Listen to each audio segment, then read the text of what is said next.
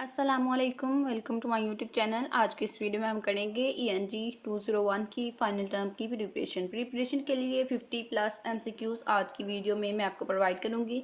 जो वो MCQs हैं ये सारे जो बार बार रिपीट होते हैं, ठीक है। तो इम्पॉर्टेंट MCQs हैं, तमाम स्टूडेंट्स ने करना है इनको प्रिपेयर पेपर में जाने से पहले, और फुल वीडियो जो है वो देखनी है। तो हम स्टार्ट कर लेते हैं वीडियो को। होपफुली आपने मिड टर्म की प्रिपरेशन की वीडियो भी देखी होगी और आपके लिए हेल्पफुल रही होगी। जो सबसे पहला हमारे पास MCQs है वो क्या है कि which of the following accurately convey the actual appearance of the things, ठीक है। कि हमारे पास ऑप्शंस हैं ग्राफ, डायग्राम्स, चार्ट्स या फिर टेबल। इनमें से कौन सी वो थिंग है, ठीक है, जो एक्चुअल अपीयरेंस जो है चीज़ों की उसको एक्यूरेटली कन्वे करता है, ठीक है। तो वो हमारे पास डायग्राम्स होती हैं। डायग्राम्स जो होती हैं वो एक्चुअल, यहाँ पे मैं आंसर को हाईलाइट कर देती हूँ। ये हमारा आंसर है।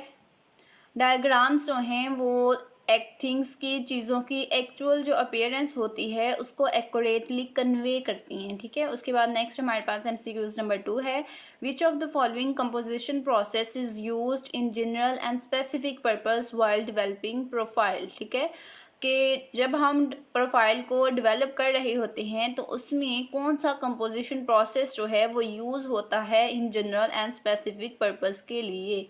तो ऑप्शंस देख लेते हैं। Composing business message, defining objectives, bad news message या फिर प्लानिंग बिजनेस मैसेज, ठीक है। तो ऑप्शन नंबर डी जो है वो हमारा इसका करेक्ट आंसर होगा। प्लानिंग बिजनेस मैसेज जो है वो हम यूज़ करते हैं, उस कंपोजिशन प्रोसेस को हम यूज़ करते हैं जब हम प्रोफाइल को डेवलप कर रहे होते हैं, ठीक है। तो ये MCQs 50 ये भी आपको प्रिपेयर करने हैं। उसके अलावा जो हैंड ओवर से इम्पॉर्टेंट लेक्चर हैं MCQs के लिए वो भी आज की इस वीडियो में आपको बताऊंगी। MCQs नंबर 3 हमारे पास क्या है कि what type of questions is used in both factual information and underlying feelings, ठीक है। कि वो किस टाइप के क्वेश्चन होते हैं जो फैक्चुअल इंफॉर्मेशन और अंडरलाइंग फीलिंग्स में यूज़ होते हैं, ठीक है। मल्टीपल क्वेश्चंस होते हैं, ऑब्जेक्टिव क्वेश्चंस होते हैं या फिर सब्जेक्टिव एंड ओपन एंडेड, ठीक है। तो ओपन एंडेड जो है वो हमारा करेक्ट और वेरीफाइड आंसर है। नेक्स्ट वन MCQs नंबर 4 है। Which of the following punctuation prefer to explain some points with in the sentence, ठीक है। कि वो कौन सी पंक्चुएशन है वो किस पंक्चुएशन को रेफर कर रहे होते हैं जब हम एक्सप्लेन कर रहे होते हैं सेंटेंस में कुछ पॉइंट्स को, ठीक है। तो वो हमारे पास कॉलन जो एक पंक्चुएशन है वो हम यूज़ कर रहे होते हैं। डैश नहीं है, सॉरी, जस्ट कॉलन है, ठीक है। नेक्स्ट वन MCQs नंबर 5 है। To ensure clarity place your dash carefully, ठीक है। कि जब आप क्लैरिटी को इंश्योर कर रहे हैं कि आपका सेंटेंस जो है वो क्लियर हो, ठीक है, उसमें क्लैरिटी हो, तो फिर आपने किस चीज़ को केयरफुली प्लेस करना है, ठीक है। तो मॉडिफायर्स जो हैं उनको आपने केयरफुली फिर लिखना है अगर आप चाहते हैं कि आपके सेंटेंस की क्लैरिटी जो है वो ज़्यादा हो। उसके बाद नेक्स्ट है कि how many elements are present in super structure for feasibility reports, ठीक है। तो जो फिजिबिलिटी रिपोर्ट्स होती हैं उनके सुपर स्ट्रक्चर के कितने एलिमेंट्स होते हैं, तो वो हमारे पास 7 एलिमेंट्स होते हैं। ऑप्शन नंबर डी हमारे पास इसका करेक्ट और वेरीफाइड आंसर है। नेक्स्ट वन MCQs नंबर 7 है। Which report share one essential characteristics and is return to help decision makers choose between 2 और मोर कोर्सेज ऑफ एक्शन, ठीक है। कि वो कौन सी रिपोर्ट जो है, जो रिपोर्ट की कौन सी इसेंशियल कैरेक्टरिस्टिक्स है, ठीक है, and is return to help, जो हम लिखते हैं रिपोर्ट डिसीजन मेकर्स को हेल्प करने के लिए ताकि वो मल्टीपल कोर्स ऑफ एक्शंस में से एक जो है उसको सिलेक्ट कर सकें। तो रिपोर्ट्स के कौन सी हैं हमारे पास? लॉन्ग रिपोर्ट है, शॉर्ट रिपोर्ट है, इसेंशियल या फिर फिजिबिलिटी रिपोर्ट, ठीक है। तो फिजिबिलिटी रिपोर्ट हमारा करेक्ट और वेरीफाइड आंसर होगा, फिजिबिलिटी रिपोर्ट। नेक्स्ट वन है how can we make visual aids easy to understand, ठीक है। कि विजुअल एड्स को हम किस तरह से इजी टू अंडरस्टैंड बना सकते हैं? बाय इंफॉर्मेटिव टाइटल से, ठीक है। यानी कि विजुअल एड्स जो हैं वो हमें किसी चीज़ को समझने में कैसे आसानी करते हैं, ठीक है, कैसे वो किसी चीज़ को आसान बना देते हैं कि हम उसको अंडरस्टैंड कर सकें। तो ये हमारे पास ऑल जो है ऑप्शन ये करेक्ट आंसर होगा कि ऑल ऑफ देम, तीनों ठीक है। विजुअल एड्स जो होते हैं वो अननेसेसरी डिटेल को भी रिमूव कर देते हैं और अप्रोप्रिएट ऑब्जेक्ट्स को यूज़ करते हैं और इंफॉर्मेटिव टाइटल्स उनमें होते हैं। ठीक है, तो ये ऑल ऑफ देम जो है हमारे पास इसका करेक्ट आंसर होगा। नेक्स्ट वन है what is considered as the heart of the report. ठीक है, रिपोर्ट का हार्ट किसको समझा जाता है? तो रिपोर्ट का जो इंट्रोडक्शन होता है उसको रिपोर्ट का हार्ट समझा जाता है। नेक्स्ट वन है what is the concept of dangling modifiers. तो डैंगलिंग मॉडिफायर्स का कॉन्सेप्ट क्या है? डैंगलिंग मॉडिफायर्स का कॉन्सेप्ट है कि modifiers of word clearly stated in the sentence. ठीक है, कि सेंटेंस में वर्ड को क्लियरली स्टेट करने के लिए हम मॉडिफायर्स को यूज करते हैं।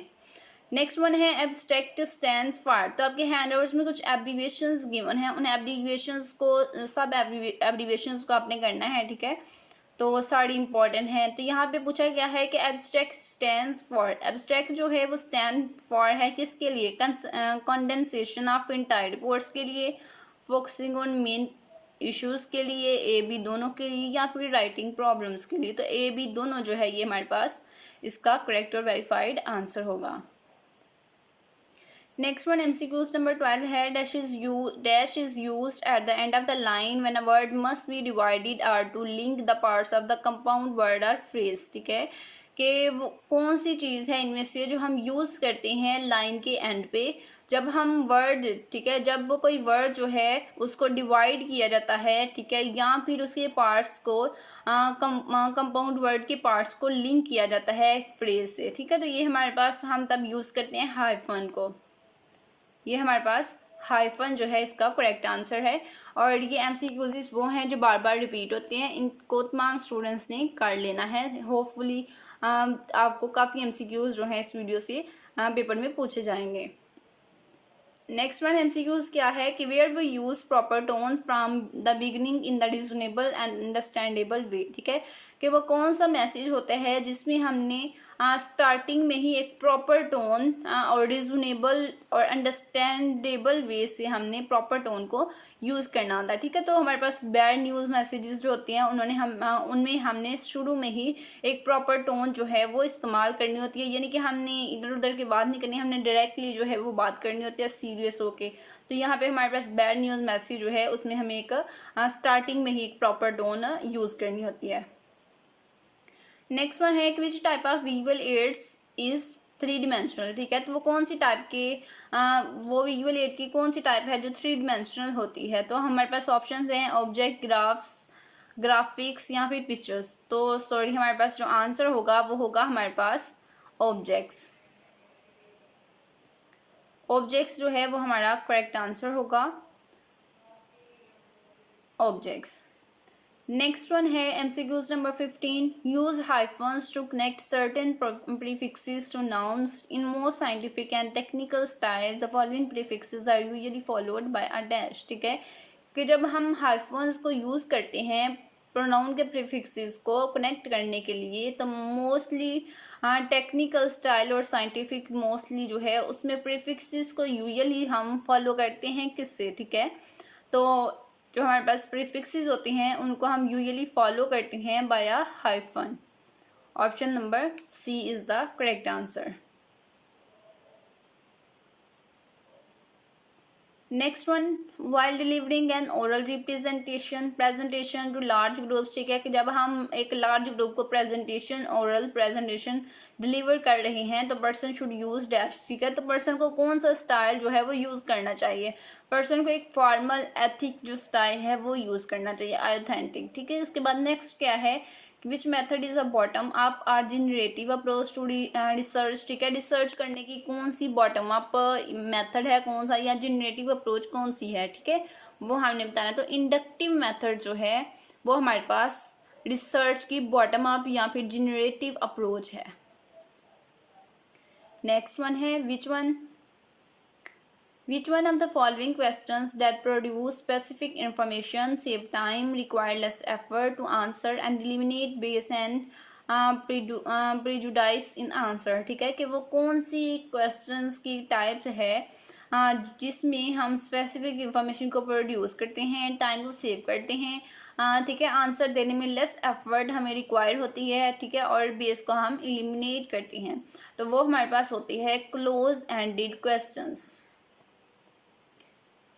नेक्स्ट वन है द एक्ट ऑफ कंसिडरिंग और examining something in order to जज इट्स वैल्यू शो, ठीक है, कि जब हमने किसी एक्ट को एग्जामिन करना होता है, ठीक है, या किसी ठीक है किसी एक्शन की किसी इट्स वैल्यू शो, ठीक है, जब हमने किसी एक्शन की ठीक है एक्शन को जज करना होता है, उसकी वैल्यू को शो करवाना होता है, ठीक है, फिर हम क्या यूज़ करते हैं, तो उस एक्ट को हम कहते हैं इवेल्युएशन, ठीक है। इवेल्युएशन में हम किसी एक्शन को कंसिडर करते हैं या फिर एग्जामिन करते हैं उसकी वैल्यू को शो करने के लिए।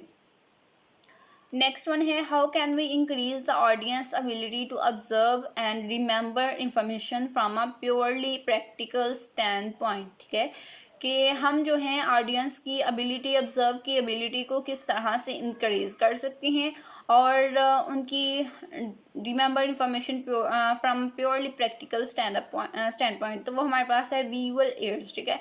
विजुअल एड्स से हम ऑडियंस जो है उसकी एबिलिटी को रिमेंबर याद रखने की एबिलिटी को इंक्रीज कर सकते हैं, यानी कि जो विजुअल एड्स की फॉर्म में उनको चीज़ दिखाई जाएगी वो देर तक उनको याद रहेगी।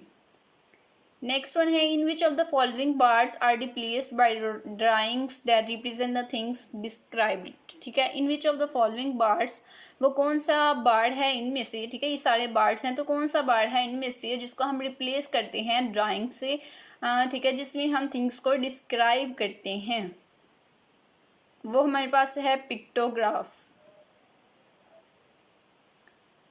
नेक्स्ट वन है which of the following you consider while making the framework of your table, ठीक है, कि जब आप अपने टेबल का फ्रेमवर्क बना रहे हैं तो फिर आप किन चीज़ों को आप कंसिडर करते हैं। फर्स्ट वन क्या है कि how to order the rows and columns, जब आप कॉलम टेबल का फ्रेमवर्क बना रहे होते हैं तो आप ये कंसीडर करते हैं कि उसमें कितनी रोज़ और कॉलम्स जो हैं वो आपने रखनी है, उसके बाद आप कॉलम्स की एंट्रीज़ को अलाइन कैसे करना है ये भी, उसके बाद where to place special notes आपने कहाँ राइट करनी है, ठीक है, तो ये तीनों चीज़ें जो हैं हम कंसीडर करते हैं जब हम टेबल का फ्रेमवर्क बना रहे होते हैं।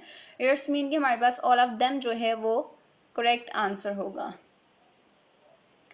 नेक्स्ट वन है विच ऑफ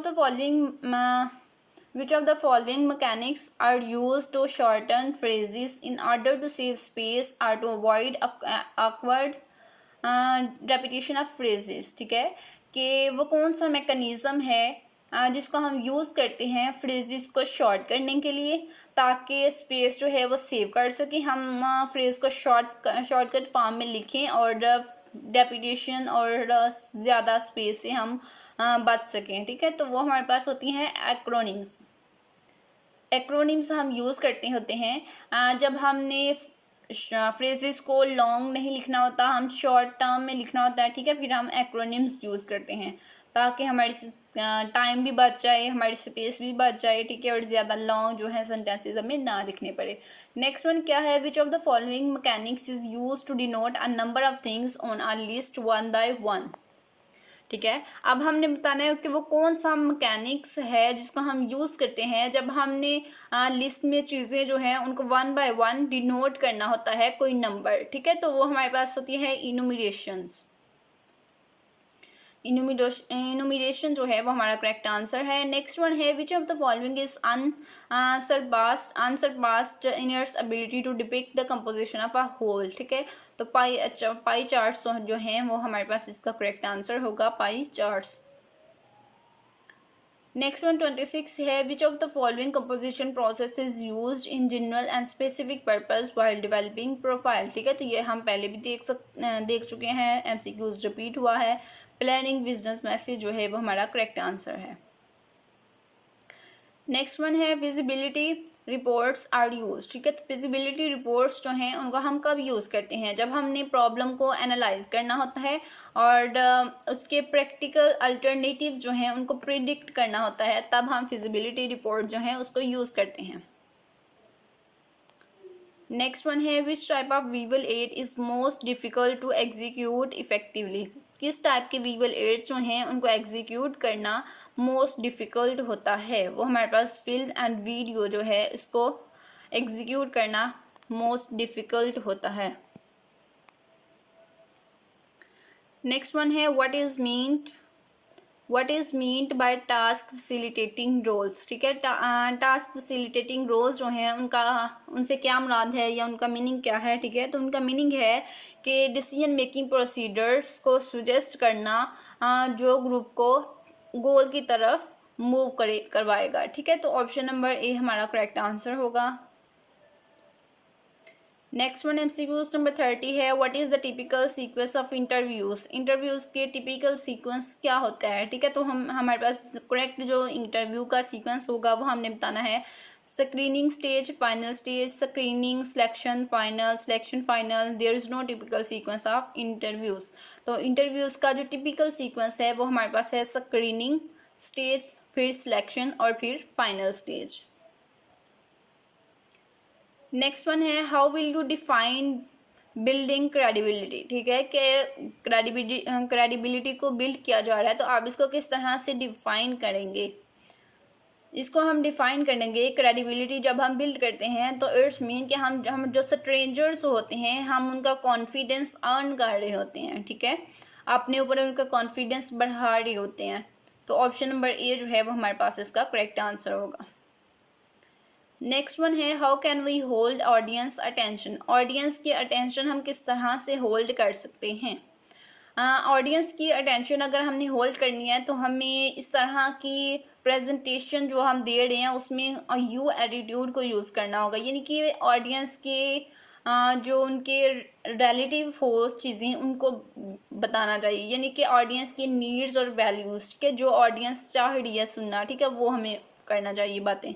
इट्स मीन कि हमारे पास ये है कि present every point in the light of audience needs and value. ठीक है, कि जो भी पॉइंट हम बताएं वो उसको हम ऑडियंस की नीड और वैल्यू के अकॉर्डिंग ही प्रेजेंट करें। तो नेक्स्ट वन है हमारे पास MCQs नंबर 3, वो क्या है कि dash is use to enclose one और more entire sentences that are relevant but not essential detail to the main discussion. ठीक है, कि यहाँ पे हमें ऑप्शंस गिवन है, उन ऑप्शंस में से हमने बताना है, सॉरी यहाँ पे नहीं था होना,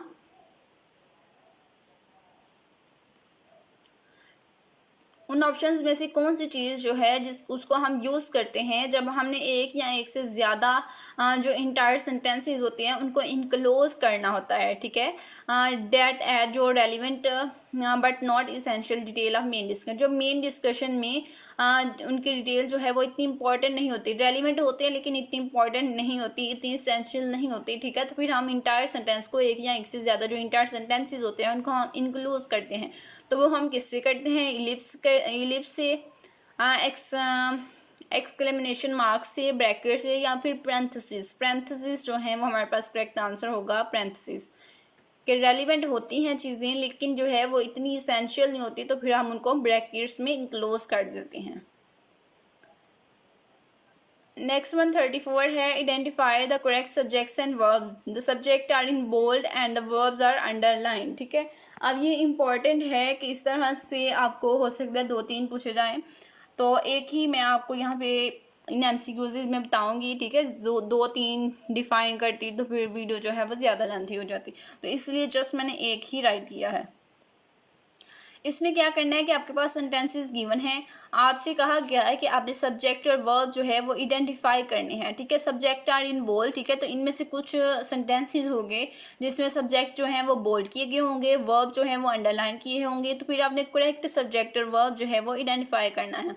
अब यहाँ पे देखें, अगर फर्स्ट सेंटेंस में अंडरलाइन हो इन, सेकंड में हो इंटरेस्टिंग, तो ये जो है ये सही नहीं होगा। ठीक है, तो सही MCQs जो है वो होगा जिसमें सब्जेक्ट और वर्ब जो है वो सही से बोल्ड और अंडरलाइन होगा। तो सब्जेक्ट कौन सा होगा, आर्टिकल, और वर्ब कौन सा होगा, अपीयर्ड। ठीक है, तो सब्जेक्ट और वर्ब की पहचान जो है वो आपको होनी चाहिए कि अगर कोई सेंटेंस गिवन है तो उसमें सब्जेक्ट कौन है और उसमें वर्ब कौन सा है। वो होता है जो काम किया जा रहा है, आर्टिकल सब्जेक्ट वो है जिस पर काम किया जा रहा है। ठीक है, तो नेक्स्ट हम चलते हैं एमसीक्यूज नंबर 35 की तरफ। समथिंग दैट स्टैंड्स फॉर और represent something else, specially one object representing N abstraction is called, तो उसका हम कहते हैं सिंबल। ठीक है, ऑप्शन नंबर बी जो है वो करेक्ट है। Next one, which of the following proposal section is related to the researcher is investigation. ठीक है, कि कौन सी प्रपोजल सेक्शन को, इनमें से कौन सा प्रपोजल सेक्शन है जो रिसर्चर की इन्वेस्टिगेशन से रिलेटेड होता है, तो वो रिसर्च क्वेश्चन, रिसर्च की इन्वेस्टिगेशन से रिलेटेड जो है वो है research question. How many elements are found in conventional super structure for instructions, तो इंस्ट्रक्शंस के लिए कितने कन्वेंशनल सुपर स्ट्रक्चर के एलिमेंट्स हैं। ठीक है, पहले जो हमने देखा वो रिपोर्ट के थे, वो 7 थे। ठीक है, और यहाँ पे जो है ये इंस्ट्रक्शंस के हैं, तो इंस्ट्रक्शंस के 5 हैं। तो ये आपने डिफरेंस जो है याद रखना है, इंस्ट्रक्शंस के 5 हैं और जो पहले हमने देखे थे वो आई थिंक रिपोर्ट के थे और वो 7 थे। नेक्स्ट वन हमारे पास है, सॉरी रिपोर्ट के नहीं थे, वो किसी और चीज़ के होंगे। रिपोर्ट जो है उसके 5 हैं। Report, progress report. ठीक है, प्रोग्रेस रिपोर्ट जो है उसके सुपर स्ट्रक्चर के कितने एलिमेंट्स हैं, प्रोग्रेस रिपोर्ट्स के सुपर स्ट्रक्चर के 5 एलिमेंट्स हैं। नेक्स्ट वन है, which one of the following questions that produce specific information save time require less effort to answer, तो ये हमने पहले भी देखा, ये क्लोज एंडेड क्वेश्चंस हैं। नेक्स्ट वन है MCQs number 40, feeling nervous leads speakers to. ठीक है, कि जब स्पीकर फील कर रहा हो कि वो नर्वस है तो इससे क्या होगा। ठीक है, कि वो प्रॉपरली इवेलुएट कर सकेगा देमसेल्व्स को, forgets their speech, eliminate their anxiety. ठीक है, तो स्पीकर जो है वो अपनी स्पीच भूल जाएगा अगर वो नर्वस होगा। नेक्स्ट वन है AIDS स्टैंड्स फॉर, तो इस तरह के स्टैंड फॉर जितने भी आपके हैंडआउट्स में गिवन है उनको आपने अच्छे से प्रिपेयर करना है। उसके अलावा हैंडआउट्स में जितनी भी डेफिनेशंस हैं उनको आपने प्रिपेयर करना है। और उसके बाद आपने लेक्चर नंबर 35 से ऑनवर्ड लेक्चर नंबर 40 तक आई थिंक, उसके बाद नहीं 42 तक, और फिर लास्ट वाला 45 जो है, इनको अच्छे से प्रिपेयर करना है MCQs के लिए। 41 MCQs क्या है कि AIDS स्टैंड्स फॉर, AIDS की हमने फुल फॉर्म जो है वो बतानी है, तो इसकी फुल फॉर्म है एक्वायर्ड, ठीक है, इम्यूनो डेफिशिएंसी सिंड्रोम। तो ऑप्शन नंबर सी जो है वो हमारे पास इसका करेक्ट आंसर है। 42 क्या है कि which of the following proposal section refer to discussion of result. ठीक है, तो डिस्कशन के रिजल्ट को कौन सा प्रपोजल सेक्शन जो है वो रेफर करता है, तो वो कंक्लूजन। ठीक है, जो लास्ट वाला सेक्शन होता है वो कंक्लूजन होता है, और कंक्लूजन जो है वो हमारे डिस्कशन के रिजल्ट को रेफर कर रहा होता है। नेक्स्ट वन है which of the following would be unethical to use in persuasive message. ठीक है, परसुएसिव मैसेज है तो उसमें कौन सी इनमें से कौन सी चीज़ का यूज़ जो है वो अनएथिकल होगा। ठीक है, तो उसमें मैनिपुलेशन नहीं होगी। ठीक है, ये वाला जो है ये अनएथिकल होगा क्योंकि उसमें ऑडियंस की नीड्स को भी कंसिडरेशन किया जाएगा, यू एटीट्यूड भी यूज़ किया जाएगा और परसुएसन भी, लेकिन जो है मैनिपुलेशन उसमें अनएथिकल यूज़ होगा। इसके अलावा आपने क्विज 1, 2, 1, 2 नहीं 3, 4 जो हैं उनको प्रिपेयर कर लेना है। जो हमारे मिड के बाद क्विजेज आए थे उनमें से भी आपको MCQs आ सकते हैं। मेरे चैनल पे वो वीडियो अपलोडेड हैं क्विजेज की। Which is the farthest in the past, past में कौन सा फारदेस्ट ऑप्शन है। ठीक है, कपल ऑफ डेज यानी कि दूर तरीन माजी जो है वो हमने बताना है, तो कपल ऑफ डेज ये भी नहीं होगा, लास्ट वीक ये भी इतना दूर नहीं है। ठीक है, अ डे बिफोर यस्टरडे ये भी नहीं है, तो अ मंथ अगो जो है ये ज़्यादा पास्ट है, ज़्यादा दूर वाला माजी है। ठीक है, तो अ मंथ अगो हमारा करेक्ट आंसर होगा। नेक्स्ट वन है which of the following aspect represents a series of events that tells the reader what happen. ठीक है, कि वो कौन सा एस्पेक्ट है जो सीरीज ऑफ इवेंट्स को रिप्रेजेंट करता है और रीडर को बताता है कि व्हाट हैपन, वो है हमारे पास नैरेटेशन। नेक्स्ट वन है what should be the purpose of visual aids, तो विजुअल एड्स का पर्पस क्या है कि वो डॉक्यूमेंट को इंटरेस्टिंग बनाते हैं, इंफॉर्मेशन को प्रोवाइड करते हैं, डाटा को सिंप्लीफाई करते हैं, तो तीनों जो हैं ये विजुअल एड्स के पर्पसेस हैं। नेक्स्ट वन है which one of the following should be placed either immediately before और आफ्टर द नाउन। ठीक है, वो इनमें से कौन सा ऑप्शन जो है, कौन सा मॉडिफायर जो है वो हम प्लेस करते हैं नाउन के पहले या आफ्टर, इमीडिएटली फ़ौरन बाद या पहले। तो वो हमारे पास होते हैं मॉडिफायर्स ऑफ नाउन। नाउन के जो मॉडिफायर्स होते हैं उनको हम नाउन से इमीडिएटली पहले या फिर इमीडिएटली नाउन के बाद राइट करते हैं। ये जितने भी मॉडिफायर्स हैं, ये सारे मॉडिफायर्स की डेफिनेशन आपके हैंडआउट्स में गिवन है, वहाँ से आपने इनकी डेफिनेशंस को प्रिपेयर कर लेना है। उसके बाद है वीवल वीवल consisting of parallel bars representing specific data is called. ठीक है, तो वो हमारे पास होता है बार ग्राफ। तो ऑप्शन नंबर सी जो है वो करेक्ट आंसर है। नेक्स्ट वन है uh semicolon is more dash than comma. Semicolon जो है वो कॉमा से डैश है, इनफॉर्मल है। ठीक है, सेमीकोलन जो है वो कॉमा से ज़्यादा इनफॉर्मल है।